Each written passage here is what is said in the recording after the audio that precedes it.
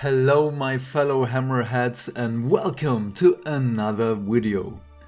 Before we start this video today, I want to thank Galdor Zephyri from the Lumineth Realm-Lords subreddit. If you are interested in the Lumineths, please visit the Lumineth Realm-Lords subreddit and join us for upcoming discussions, paint jobs, rules and all things Lumineth. Today we're gonna talk about our two infantry heroes, our beautiful lady, the Cenari Cathala, and our hero of old, the Light of Eltharion. We start with the Cenari Cathala. Sadly, I don't have her profile, the only thing I know is she has a 5+ save and 5 wounds. I guess she has a movement of 6 inches and a bravery of 10. She costs 140 points. Her attacks I don't know, sadly. I just know her special rules. Which is, at the start of the battle shock phase, pick one Lumineth unit wholly within 18 inches and roll a die. On a 2+, you don't make a battle shock test for that unit. But if at least one model from the chosen unit was slain this turn, you can pick one enemy unit within 18 inches, which has to do a battle shock test, adding the number of models from the friendly unit to that roll. That is one badass spell. Sorry, ability. I love that. I will explain my thoughts to that at the end of the video. Her unique spell is Darkness of the Soul, which has a casting value of 7. You pick one enemy within 18 inches and visible to her. You roll 2d6 each time that unit attempts a normal move, a charge or a pile in. If the result is higher than the unit's bravery, that unit can't complete that action. That's awesome, especially of course against low bravery units, and it's a little bit similar to Bellacor's Master of Puppets ability, but this one is great, I love it. So now we come to a Light of Eltharion.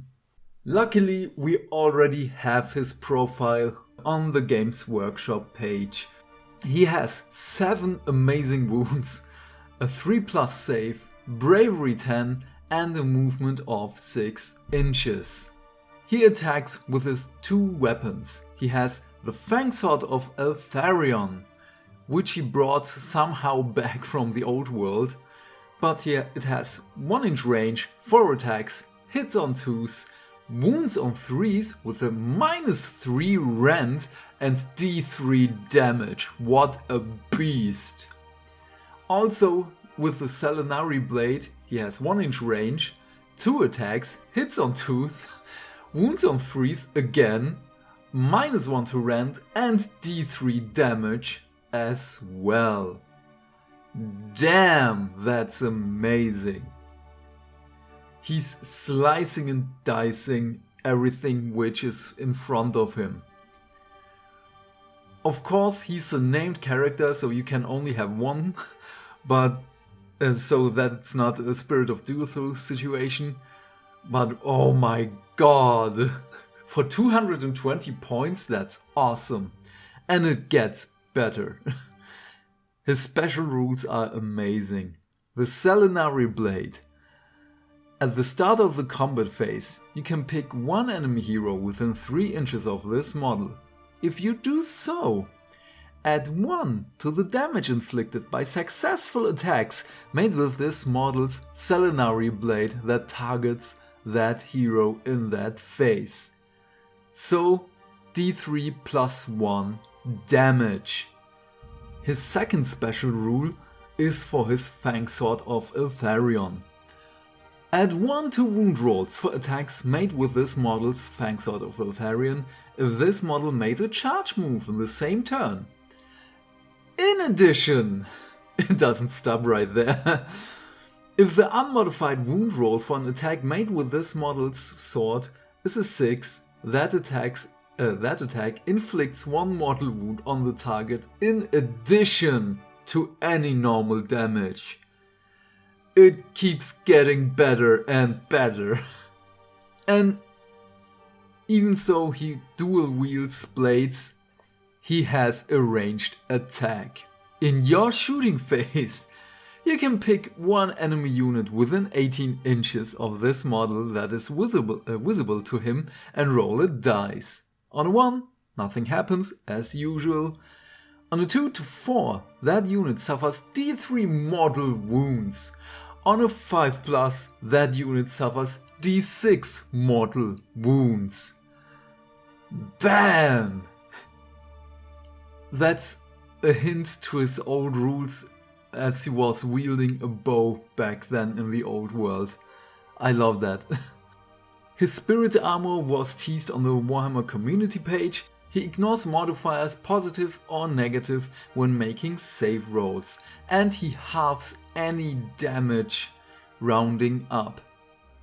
And as an old high elf, he is a supreme sword master. He ignores any negative modifiers when making hit rolls for attacks. In addition, if the unmodified hit roll for an attack made by this model is a 6, that attack scores 2 hits on the target instead of 1.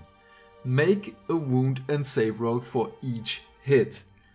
And this is not only for the sword, it is for both blades. Awesome! And his command ability is Unflinching Valor. You can use this command ability at the start of the battle shock phase. If you do so, pick one friendly model with this command ability. Until the end of the phase, all friendly Lumineth Realm-Lord units wholly within 24 inches of that model are treated as having a bravery characteristic of 10! So just throw ether quartz around you as much as you want. You can ignore the -1 modifier, because it doesn't matter if you're almost at max. So why I love the combination of the Cenari Cathala with Eltharion is one simple thing. First of all, as right now mentioned, you can use your ether quartz, just throw it around, doesn't care. Just use your command ability and you can ignore your -1 modifier for bravery using the ether quartz. So then, just because of the Cenari Cathala, I made an example yesterday with our Alarith units that your Stone Guard can brace almost any attack and your Spirit of the Mountain can clean up everything. This has basically the same thing. Just take a unit of Vanari Aurelon Wardens. Just for an example, I know it's ridiculously overblown and destroyed out of the water. We have 30 Wardens. 20 of them get killed and you just kill one model instead, because the Dice Gods hates you. So now you have to make a Battle Shock test with a negative -20, which is basically your unit is gone. With your Cenari Cathala, you have your amazing ability. With the start of the Battle Shock phase, you pick one Lumineth, blah blah blah, within 18 inches, we know that. We have heard this at the beginning. Just bounce it back on the enemy which has attacked you. And yeah, your enemy might think, oh okay, I lost one model, no problem. And then it gets a -20 modifier on that.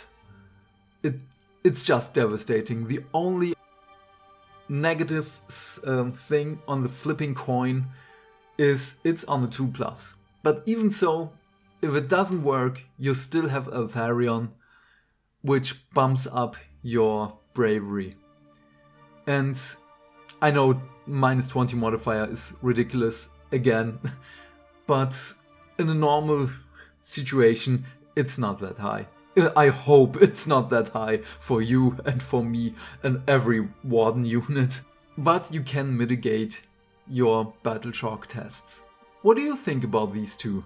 What do you think about the models? For myself, I love them.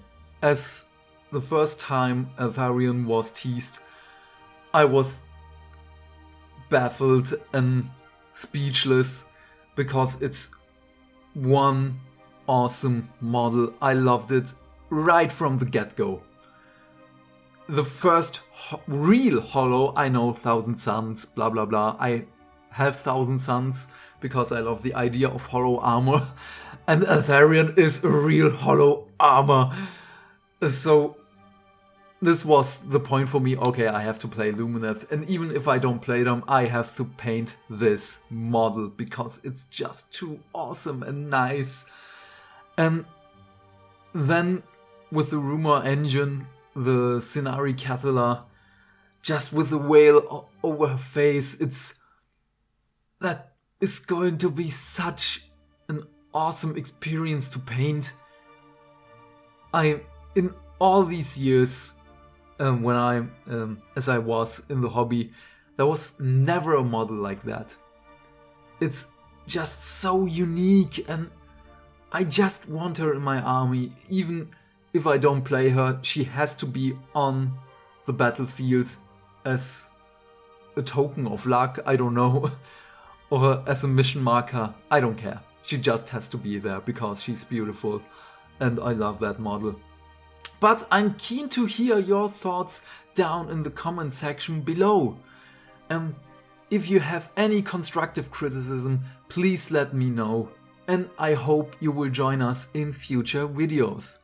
And tomorrow we're gonna talk about our Behemoth heroes, Avalenor, and of course the mother of all fathers, because he made 2 elven races, Teclis.